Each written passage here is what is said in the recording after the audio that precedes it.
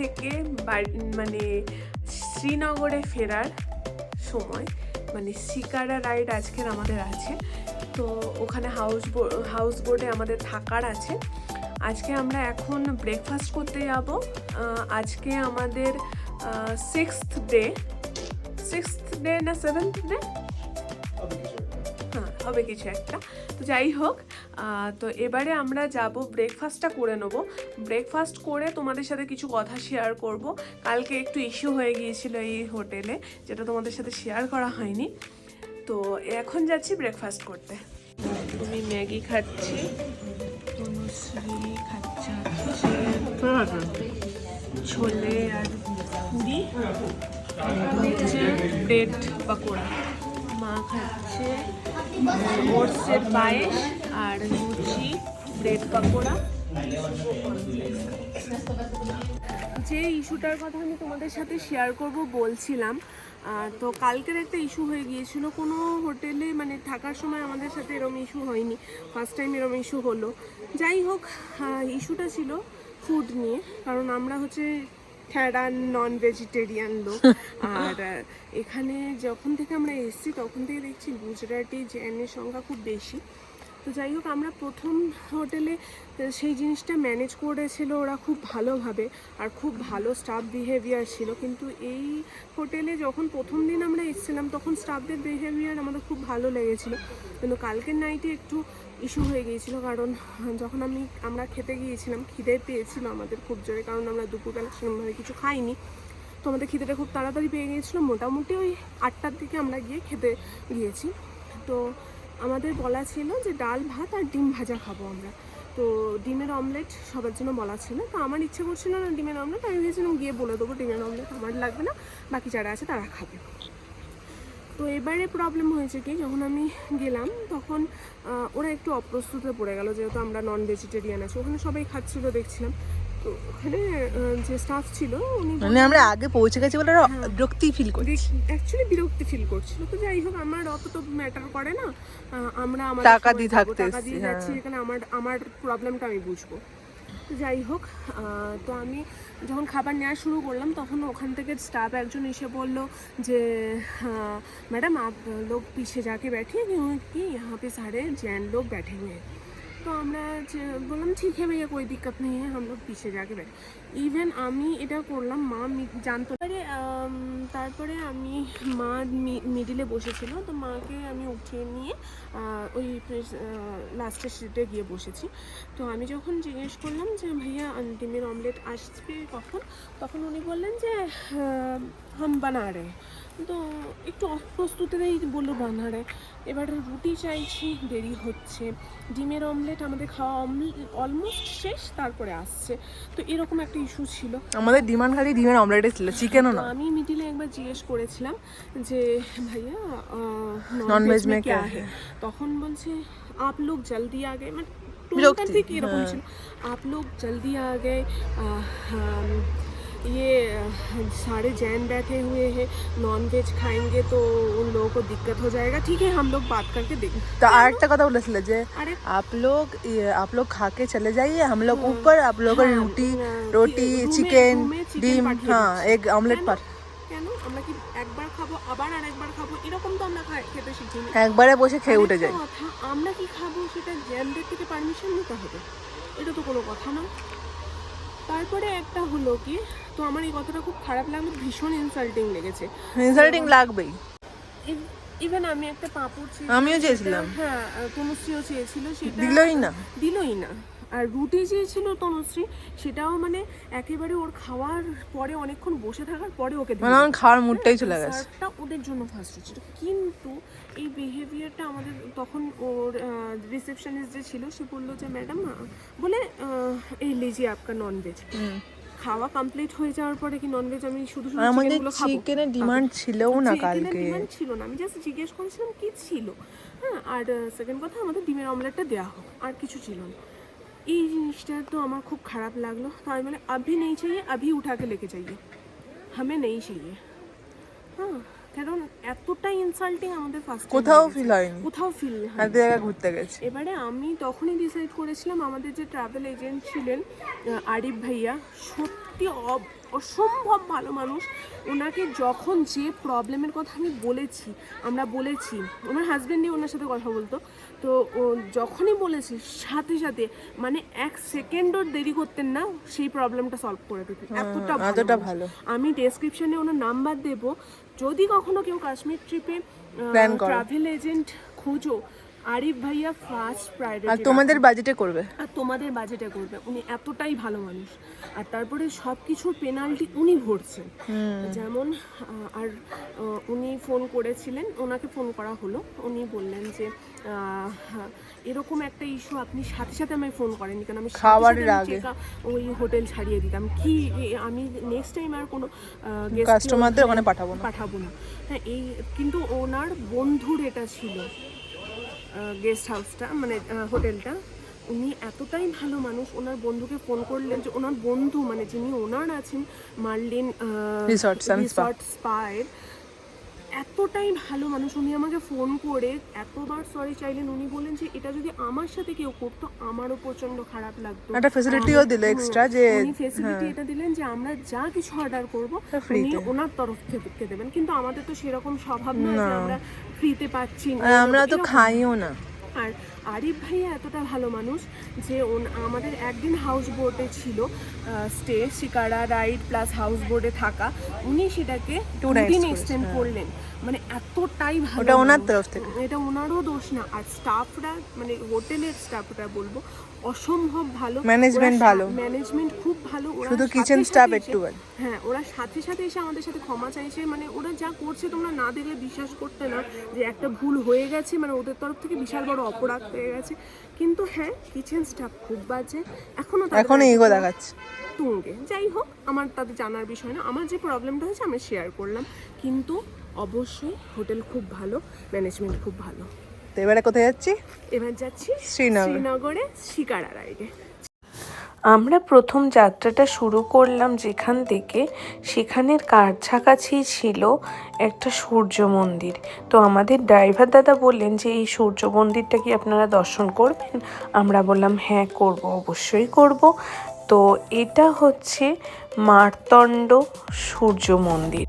সূর্যদেবের আরেক নাম কিন্তু মার্তণ্ড, তো সেহেতু এই মন্দিরের নাম হয়েছে মার্তণ্ড সূর্য মন্দির। আমরা মন্দিরের ভেতরে ঢুকে মন্দিরের আশেপাশেটা কিন্তু ভালোভাবে ঘুরে নিলাম। দেখো কত সুন্দর পরিবেশ, খুব শান্তি শৃঙ্খলা আছে এখানে। আর এখানে কিন্তু দুধারে রয়েছে ছোট ছোট অনেক জলাশয়, যেগুলোর মধ্যে মাছে পরিপূর্ণ। এই মাছ কিন্তু ধরা হয় না, এই মাছ কিন্তু নির্দ্বিধায় খেলা করে বেড়াচ্ছে।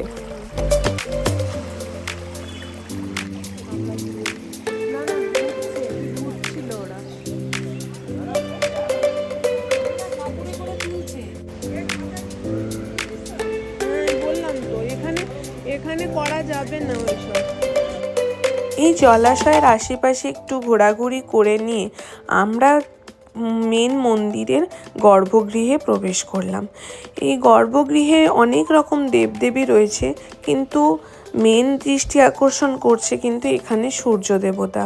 সবই শ্বেত পাথরের ঠাকুর বসানো রয়েছে এখানে, প্রত্যেকটা ঠাকুর দেখে মন জুড়িয়ে যাচ্ছে।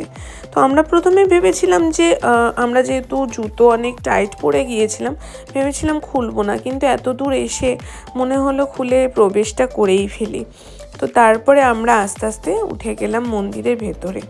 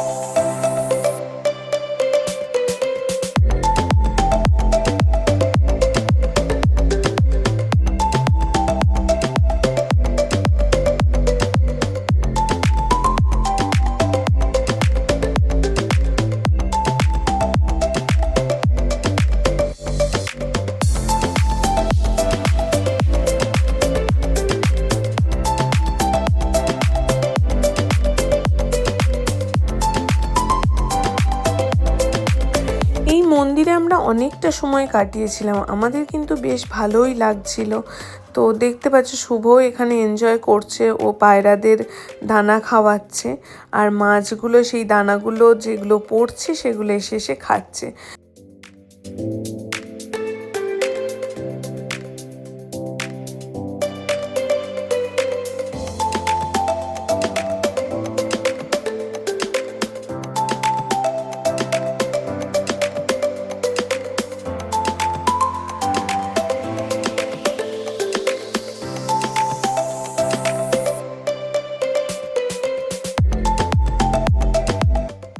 অনেকটা সময় কাটানোর পরে আমরা শ্রীনগরের দিকে রওনা দিলাম। তো তোমাদের মনে আছে কিনা জানি না, আগের ব্লগ যারা দেখেছো তারা জানো আমরা একটা জায়গা থেকে স্যাফরন কিনেছিলাম, সেখানে স্যাফরনের গার্ডেনও আছে। তো ফেরার পথে ওগুলো আমাদের দেখার ইচ্ছে হলো, তো আমরা গাড়ি দাঁড় করিয়ে সেই স্যাফরনের ক্ষেতে এসে প্রবেশ করলাম। দেখো অল্প সংখ্যক স্যাফরনই হয়ে রয়েছে, কারণ স্যাফরনের সমস্ত সিজন কেটে গেছে, ওরা স্যাফরন তুলেও নিয়েছে। যেগুলো আছে গুটি কয়েক সংখ্যক হয়ে রয়েছে, সেগুলোই ট্যুরিস্টদের দেখানোর জন্য রাখা থাকে। এই স্যাফরনটাও ওরা তুলে নেবে, গোড়াকে ওরা রিপ্লান্ট করবে। তো যাই হোক ওরা সেই কাজটাই করছিল। তো আমাদেরও হাতে একটা স্যাফরনের গুঁড়ি দিয়ে দিল। এই গুঁড়িটা নাকি পুঁতলে আবার গাছ হয়। তো মাকে দিয়ে বললো আপনি আপনার জায়গায় গিয়ে পুঁতুন। তা মা এখানে এসে পুঁতেছে, তবে গাছের অঙ্কুরও বেরিয়েছে, মোটামুটি গাছ হচ্ছে। জানি না ওটায় স্যাফরন হবে কিনা, হলে তোমাদের সাথে অবশ্যই শেয়ার করব। তো রাস্তায় আস্তে আস্তে আমি অনেকটাই ঘুমিয়ে পড়েছিলাম, তাই কখন শ্রীনগর পৌঁছে গেছে আমি জানিই না। এই যে আমাদের হাউস বোটের নাম কোলু প্যালেস, এটাই আমাদের 2 নাইট স্টে আছে। আর তোমরা যখন হাউস বোটে থাকবে, হাউস বোটের তরফ থেকে নিয়ে আসা দিয়ে আসার জন্য যে শিকারাটা ওরা বুক করা থাকে, ওটা ইনক্লুড থাকে হাউস বোটের সাথে। এটার জন্য তোমাদের কোনো চার্জেস পেমেন্ট করতে হবে না আলাদা করে। তো আমাদের কোলু প্যালেসে যাওয়ার জন্য শিকারা চলে এসেছে, আমরা লাগেজটা তুলে আমরা বসে পড়লাম।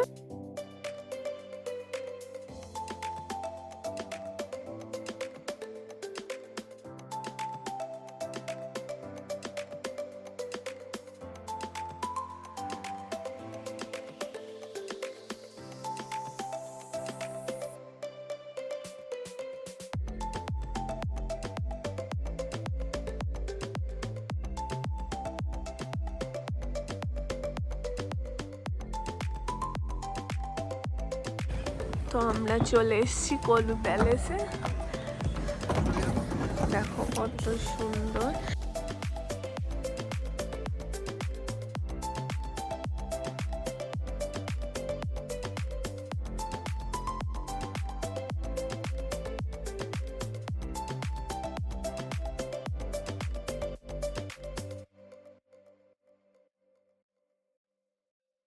এটা হচ্ছে রিসেপশন, মানে ঢুকেই এন্ট্রান্সে এটা আছে।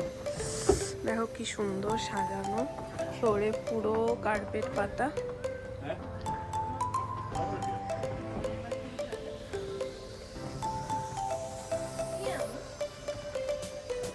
এটা হচ্ছে ডিনার করার জায়গা।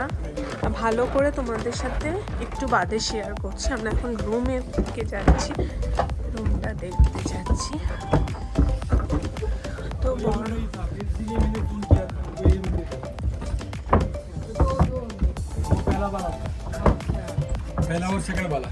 अच्छा এটা মাদের तो इसमें कमिटमेंट हो जाएगी। এটা কি তোমাদের রুম বুঝলে? भैया आ जाइए। তুমি দেখো।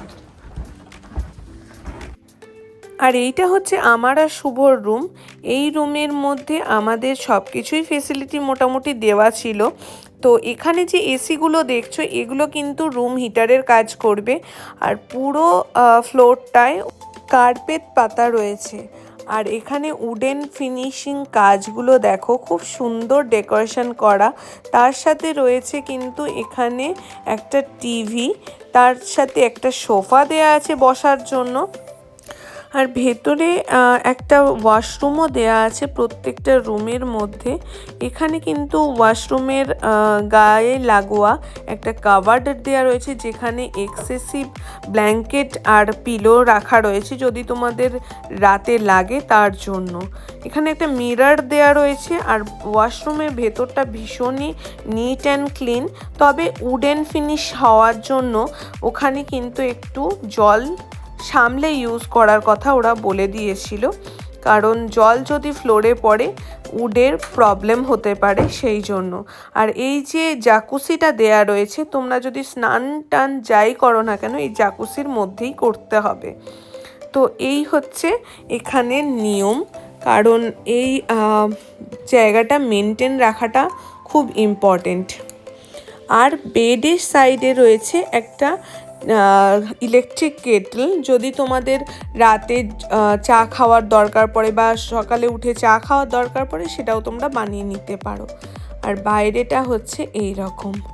বাইরে একটা হোটেলও আছে, সেখান থেকে তোমরা অর্ডার করে কিছু খাওয়া দাওয়াও করতে পারো।